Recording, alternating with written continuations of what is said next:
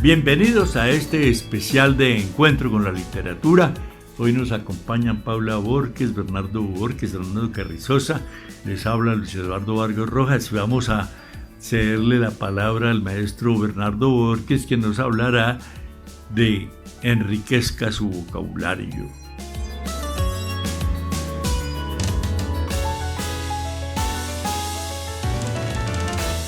Muy buenos días, Luis Eduardo, y un saludo muy especial a nuestros contertulios. Hoy voy a hacer un alto en el prometido lenguaje especializado de las profesiones y quiero hablar un poquito de una vertiente muy importante del idioma, que es la etimología, la explicación del origen de las palabras y de muchas de las palabras que utilizamos diariamente y que no conocemos de dónde provienen.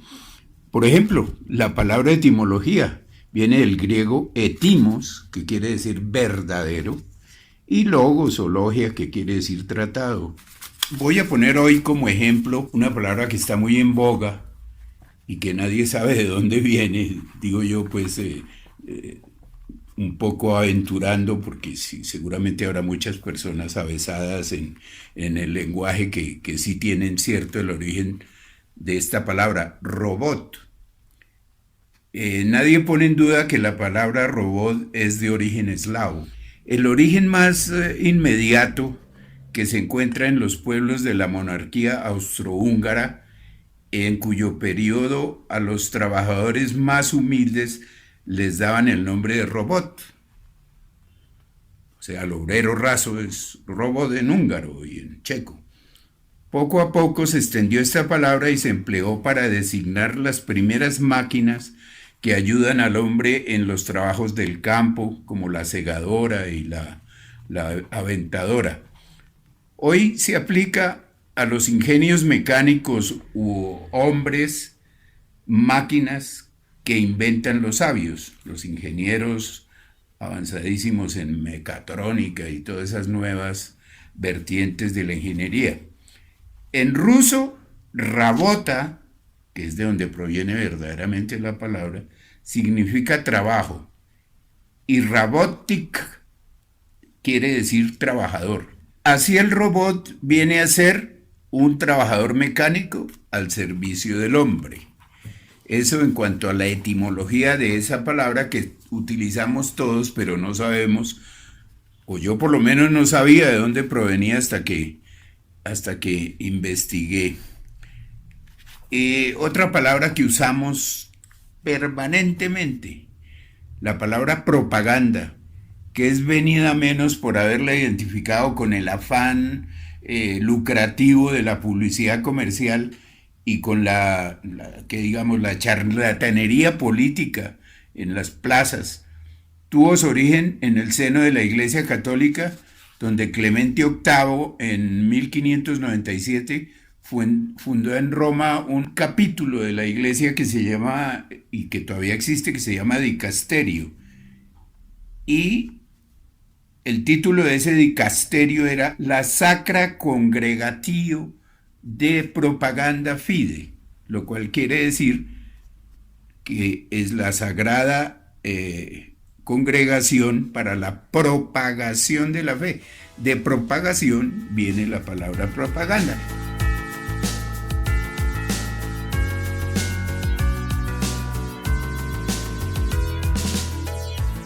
Vale la pena comentar el libro que lanzó Mario Hernández en el Gimnasio Moderno. El nombre, que parece simpático, y el contenido, que es la historia de su vida, la historia de su empresa, ¿no? Empezando porque comentaba que alguna vez en el año 82 se le ocurrió abrir una tienda en Nueva York con el nombre de Marroquinera y fue un fracaso. Dijo, ahí perdí mucha plata, pero fue una gran experiencia y me di cuenta de que hay necesidad de asesorarse.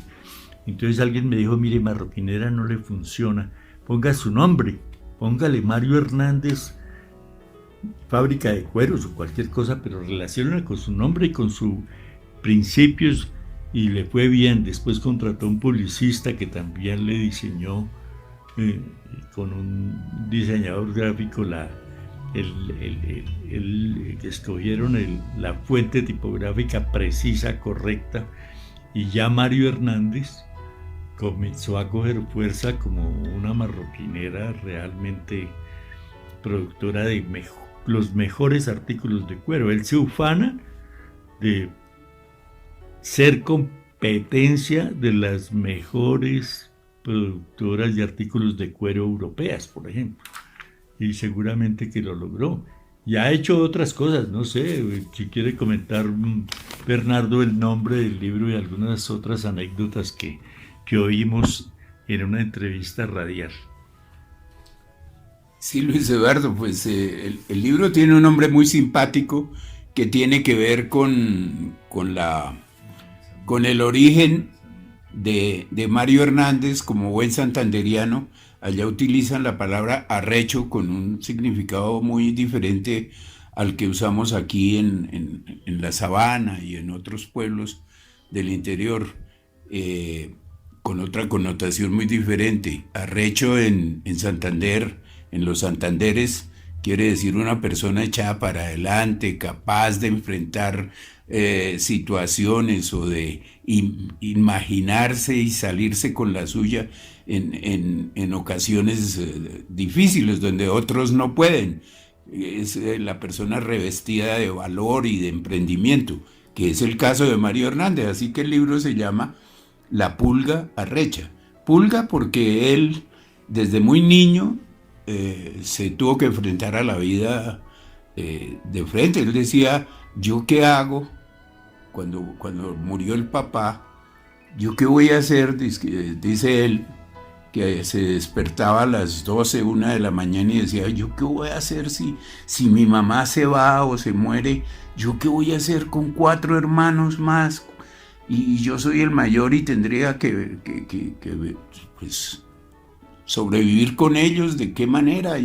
Se empezó a preocupar por eso cuando tenía 10 años y a los 14 empezó a trabajar de lleno y a ser un buen empleado, que los empleadores pues se admiraban de su dinamismo, de su entrega, y por ahí empezó don Mario y por eso tituló su libro La Pulga Arrecha. Pero es un gran empresario que ha sacado adelante ese concepto, porque no es tanto las máquinas, como él dice, pues las máquinas sí, pero se necesitan hombres que muevan esas máquinas, y esos hombres tienen un mérito, y mi sueño es que todos los empleados, que son cerca de, no sé, 3.000 empleados, tengan su casa propia. Y lo ha logrado en muchas, sobre todo empleados ya que llevan cierto tiempo en la empresa. Y lo que dice Luis Eduardo, pues sí, él cayó en cuenta, o le hicieron caer en cuenta cuando tuvo ese fracaso en Nueva York, es que los grandes diseñadores emplean su nombre, ¿no? Pongo por ejemplo Louis Vuitton o Christian Dior, eso es lo que se fija y se vende como marca en la mente del potencial comprador. Pero para la sociedad colombiana, pues Mario Hernández indudablemente es un ejemplo de superación, de proyección, y pues para no hacer aquí un panegírico acerca de la vida de él, que es un personaje desde luego importantísimo, pues cierro con no es anécdota, porque pues es una cosa más bien sorprendente, que en tiempos de pandemia pues me imagino que se le arrimó el contador de la empresa y le dijo, don Mario, aquí hay que recortar personal, porque ¿qué vamos a hacer con esta pandemia? ¿Cómo vamos a enfrentar esto? Y él dijo, a ninguna persona de mi nómina la vamos a sacar. Aquí está la plata para pagarles lo que sea necesario, sus quincenas y todo, pero por favor, no vamos a hacer esa locura de salir del personal. Y como resultado de eso, ha triplicado sus ventas en estos 2 años de pandemia. De manera que es un personaje importante para nosotros, desde luego que sí, y él propende diariamente en sus mensajes que hace a través de las redes sociales y eso, es que entendamos que la idea es poner la mente en esas actitudes de enfrentar la vida positivamente y de tener tesón, terquedad para lograr todo lo que uno se pueda o quiera proponer. Sí, efectivamente, él es de carácter social, ¿no? La entrevista radial invitaba a los periodistas a almorzar porque dice que se encuentra con un equipo de médicos, arqueólogos, antropólogos, ingenieros, y que todos cocinan y los pone a cocinar y a almorzar con los trabajadores en la planta de producción. Es un tipo simpaticísimo. Yo me acuerdo de una anécdota terriblemente buena porque el ascenso no ha sido solamente económico, sino social. Asistimos a un evento en el Teatro Valencia con con un expresidente y un presidente entrante y uno saliente el mismo día en menos de 6 horas. Total que el hombre, a través de su autenticidad, su forma de hablar, de decir, de opinar, controvierte y genera polémicas y se mantiene vigente. Yo creo que es el mejor publicista de su empresa.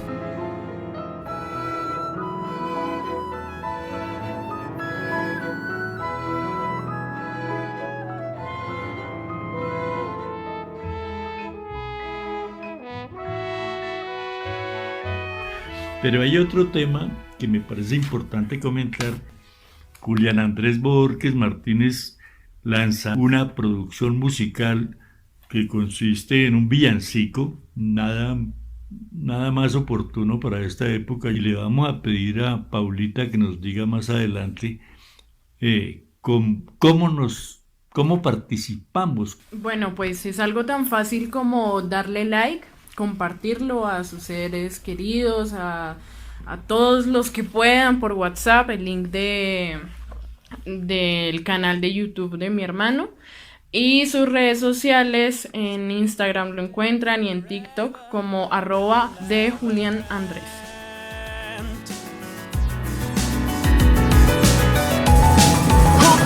About the distance, but really doesn't matter. If I cannot hold you, I'll still forever love you. Cause nothing is stronger than love when it's true. Who cares about the distance when you...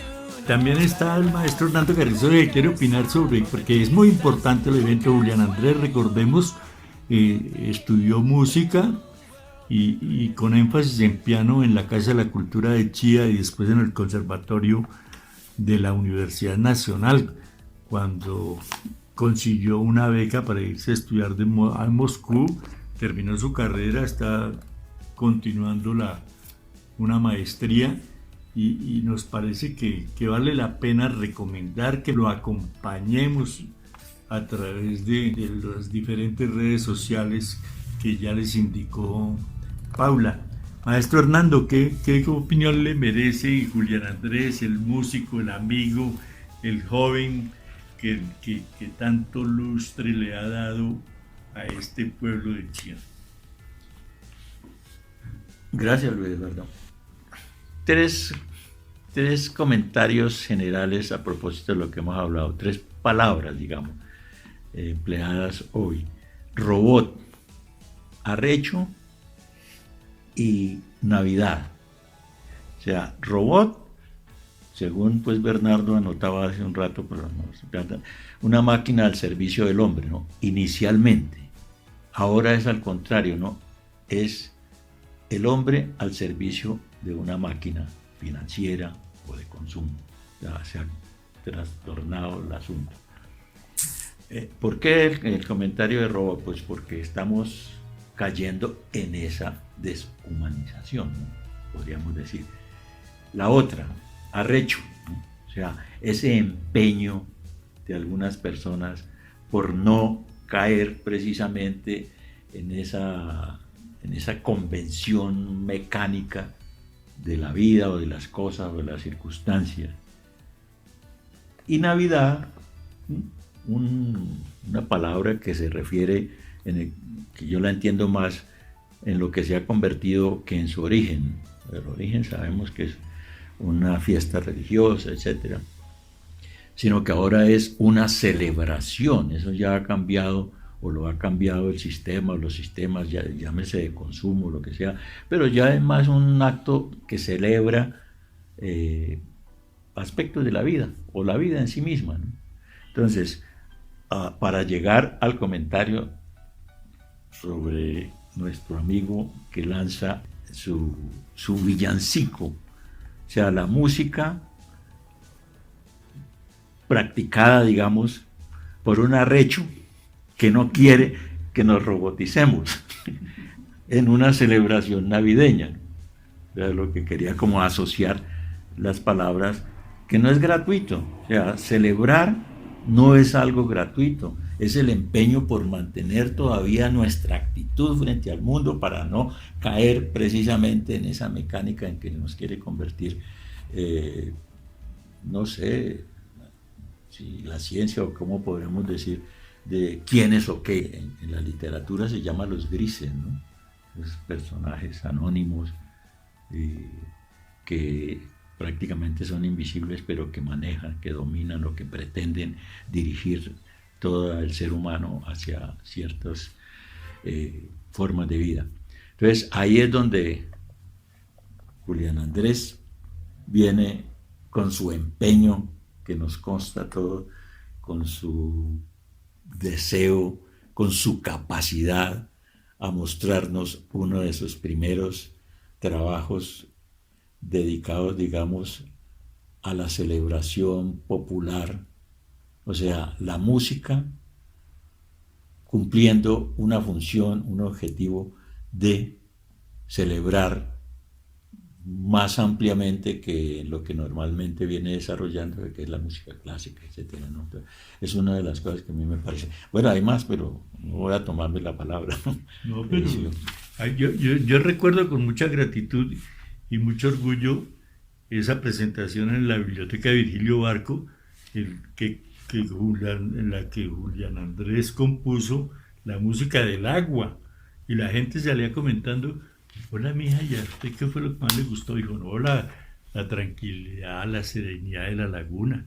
No, mitad está equivocada. Lo mejor de ese pianista fue cuando puso las cataratas con ese ruido, con esa búsqueda de la tierra nuevamente, terrible. Y dice: no. Ay, a mí me parece que lo mejor es el mar. Ni tan apacible ni tan ruidoso, una ola que llega y regresa a veces con más ímpetu, y entonces me di cuenta de que el compositor había calado en el público en una forma inmediata. Sí, ya en la experiencia personal, o sea, en las actividades donde ha participado Julián Andrés, en nuestras expresiones integrales que se llaman las jornadas trónicas o las liturgias trónicas, como hemos llegado a llamar, pues no, una alegría y una satisfacción y un gusto y un honor, porque casi siempre que hemos hecho experiencias de las cuales él ha sido compositor, ha creado la música para esa obra gráfica o visual que normalmente hemos venido planteando.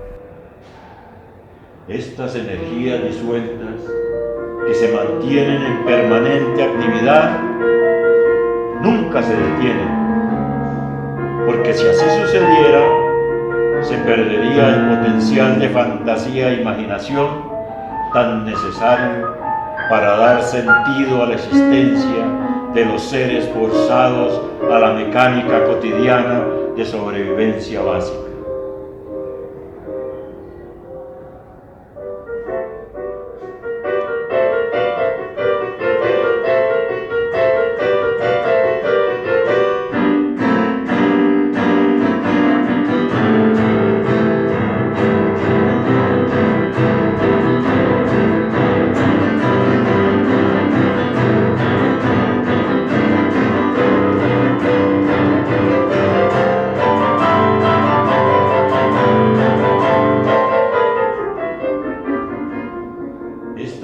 sustancia impalpable, aparte de ser imprescindible en el acto natural primario de la respiración de los seres vivos,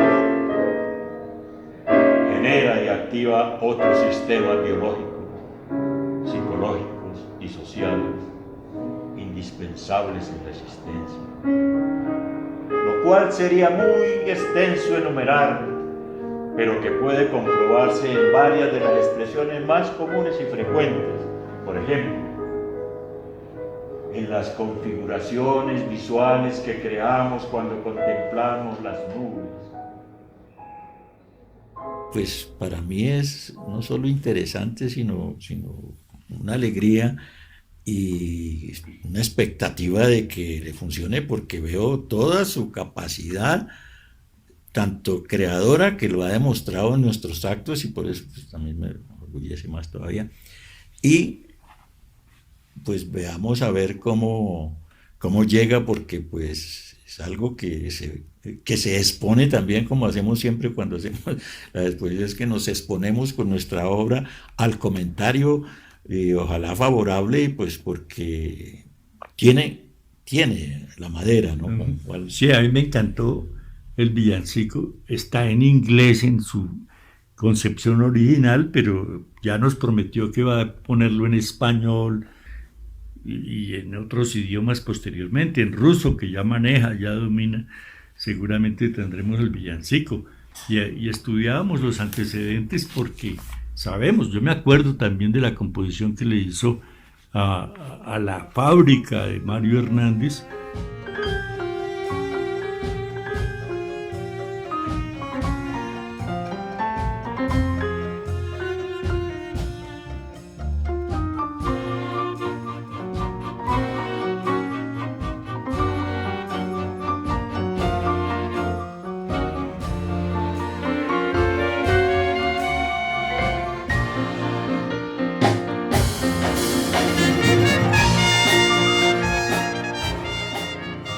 Uno de los éxitos que ha tenido, lo que quiere decir que las expectativas son las mejores de su producción musical, composición e interpretación además.